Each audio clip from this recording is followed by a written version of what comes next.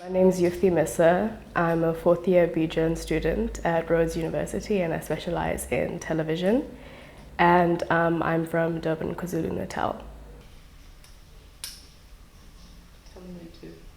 Okay, clap.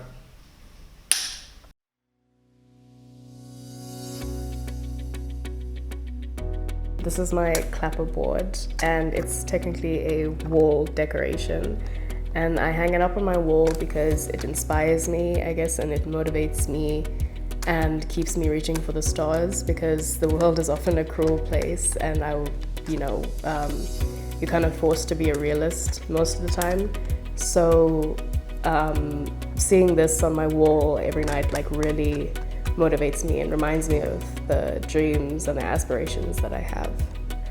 I think it's because it reminds me to be a dreamer, I guess. I was always a dreamer when I was younger, but then as I grew older, I guess the world kind of swallowed me whole and I was forced to become more of a realist, I guess. So I guess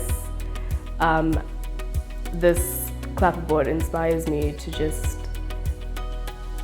just reach for the stars and to not hold back and to embrace my inner creativity, because every time I see it hanging on the wall, before I go to bed, it's pretty comforting to know that I have something that I'm deeply passionate about and that I can do well in. And I guess it just reminds me of my capabilities.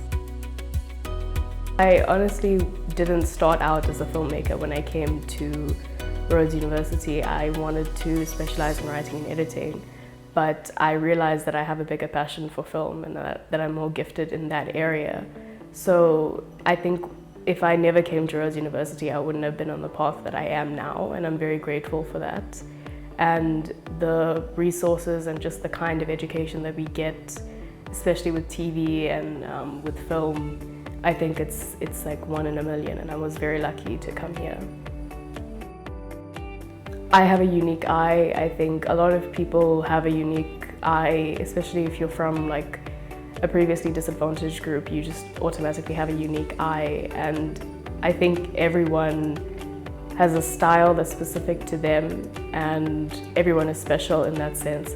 Everyone who is a filmmaker has a specific style that deserves to be seen and deserves to be appreciated. So I feel like I'm one of those people, and I'm also just very empathetic, I think, and I'm more of a character-driven person. I personally hate news stuff and stuff like that, so I like to find the humanity in things, so I think that's my uniqueness as a filmmaker.